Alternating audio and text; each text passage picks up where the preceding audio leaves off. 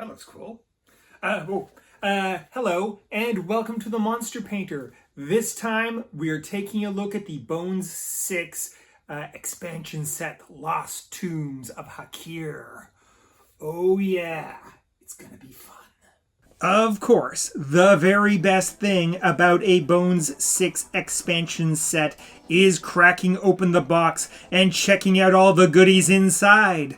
Let's dig in and take a look at the fantastical treasures from this antique land. So we got some beautiful Egyptian ruins, all nice and crumbly. But the reality of this set is that it is not historic Egyptian, but quasi-Egyptian fantasy. And it's got Iron Maiden's fingerprints all over it. Okay, a constant problem with Bones Kickstarter sets is warping. Now this is a pretty extreme, perhaps even the most extreme, worst example of Bones warping I have ever encountered. But of course, the solution is very, very simple. As we know, most problems with Reaper Bones can be sorted out with boiling hot water and then freezing cold water. Just soften the plastic and bend it into place and douse it with the cold and it'll be just fine. With the treatment in the boiling hot water and the freezing cold water, it is now ready for the tabletop and will become a wonderful bit of centerpiece terrain. Look at that thing, that's awesome. Okay, so we got a mama pillar, a daddy pillar, ooh, and a cute little wee baby pillar. Gotta love it. And here we have a fantastic sarcophagus. And, well, you know, back to that Iron Maiden stuff, it's not historically accurate. It is somewhat historically accurate because it contains a coffin inside the coffin. And inside the inner coffin, the mummy is still there. Looks like we got here before the British Museum did. So we get some depictions of Egyptian deities on giant plinths. This is Horus, the chief god of the Egyptians, and Horus looks rather more comic booky than classical Egyptian, but that's okay. I think these guys were intended to be character models. Here we got Anubis, god of magic, and crucial for any kind of fantasy Egyptian setting. And then we have a big old Sebek, god of the Nile Delta, a ferocious alligator guy, and as far from a classical Egyptian depiction of that god as you can imagine. We also get some depictions of the female deities of the Egyptian pantheon. Here is Wedjet, the protector deity and serpent deity. And then we get Bastet, classic cat goddess, probably one of the most familiar Egyptian deities, and they're both looking sexy and slinky. I think I'm going to use these models as statues and not as character models. In my world, the gods are unassailable and are certainly not going to be bothered with mere player characters. Now this is Wadjet? Anyway, she is the Egyptian goddess of pregnancy and the protector of pregnant women. And she's really, in Egyptian mythology, she is a ferocious and dangerous figure, very powerful. And this depiction of her as a kind of fat-bottomed lady is really not great. I don't care for it, I admit it. So we get this crazy thing, which is billed as an immolation effigy. To me, it looks like some kind of crazy canoptic jar gone horribly, horribly wrong. It's zany and fun, and I like it. Now this one, this hippopotamus temple guard, is awesome. It could be one of my favorite models in the entire Bones 6 Kickstarter set. It really looks great and very evocative. And then we get a handy-dandy Nile crocodile, which is well rendered and the correct size and everything like that. I'm probably going to paint him up white and use him as a sewer crocodile, but that's going to be that'll be fun for the future. Now we have a colossal scorpion, which is an absolutely awesome rendering of such a terrifying monstrosity and is excellent. But then we have his little brothers, these little scorpions, which are not quite as well rendered. As you see, the spaces under their legs are filled in with plastic. It's a little awkward, less than perfect, but you know what? Once they're painted up, nobody's gonna notice. They'll be too busy running away from those stingers. And of course, how could I forget the little tiny swarm of scorpions? Geez, they're just as deadly as the big guys and probably more dangerous because they're harder to hit. Speaking of those player characters, we get 3 character models in this set.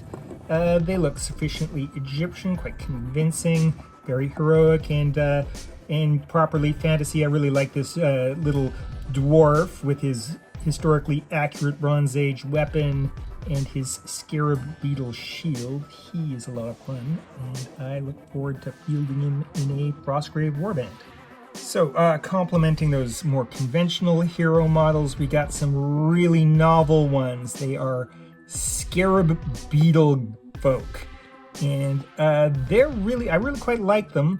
They are lovely models, a little hard to understand. I'm not quite sure of all the details, but they look great.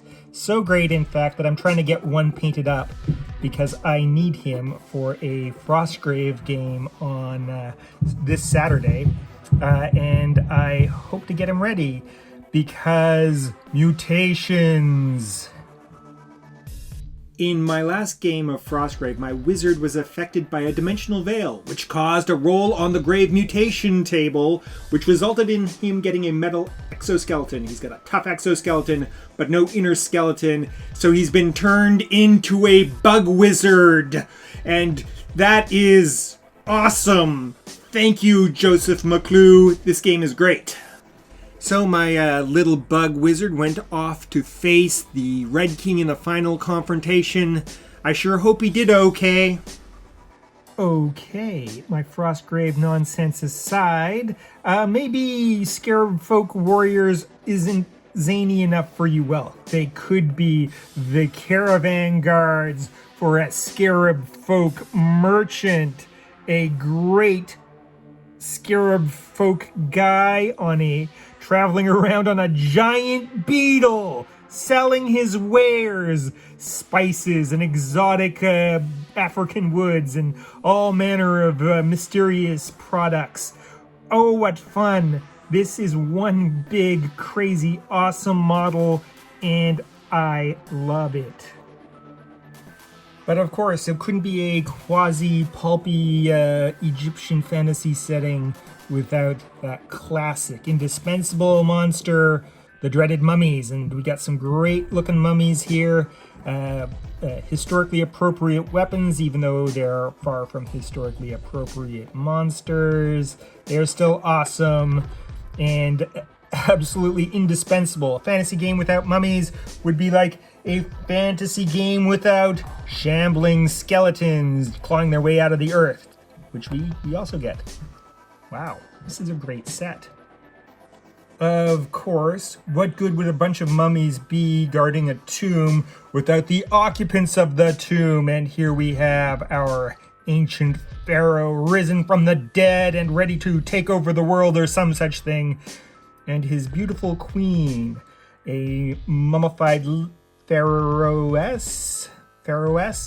How come lady mummies always look so much healthier and better than the male mummies? I guess they take better care of themselves, putting on more ointment and stuff. Anyway, they're pretty awesome models and ready to be big, bad, and evil. And it looks like our queen had herself some pets, mummified kitty cats. That's awesome. It's a practice. The Egyptians did mummify cats and ibises and all sorts of animals for their various funerary rituals. And these little guys look like they're ready to eat any mummified rats that might pester the tomb. And lastly, but certainly not least, we have this depiction of Amut, which is a terrifying Egyptian chimera monster. Crocodile head, part lion, part hippopotamus, all terrifying.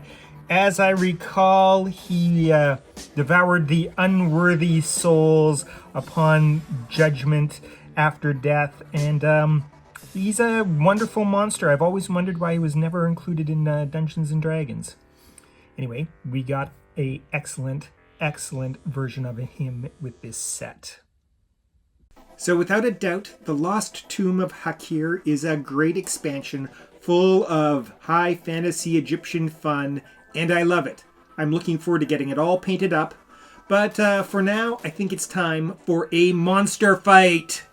And this week's match is a super heavyweight battle featuring this big stone construct. A graveyard golem that is all about protecting sacred burial grounds versus this big bad green river troll. Her turn-ons include folkloric cliches, bridges, and goat curry. Who will win? Only the dice can decide. Whew. Wow, that was quite a slugfest.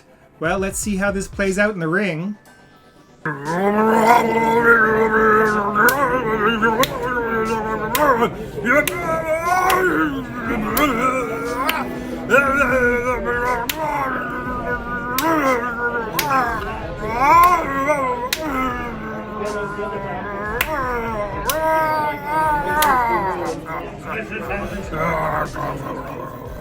And there you have it. Troll might defeats stone might in one hell of a fight.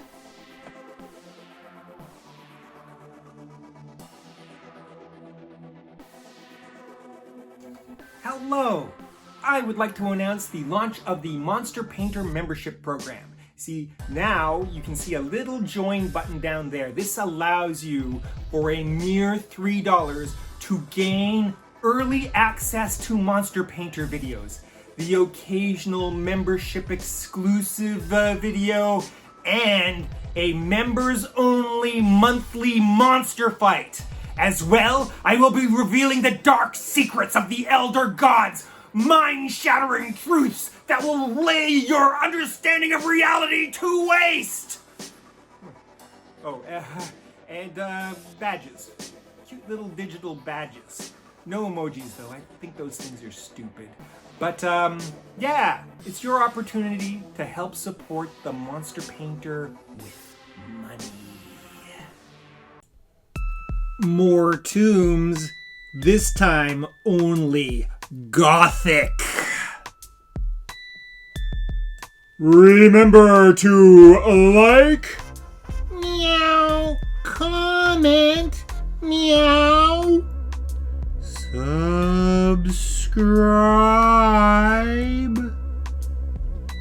share the video, and ring the bell! Ring the bell!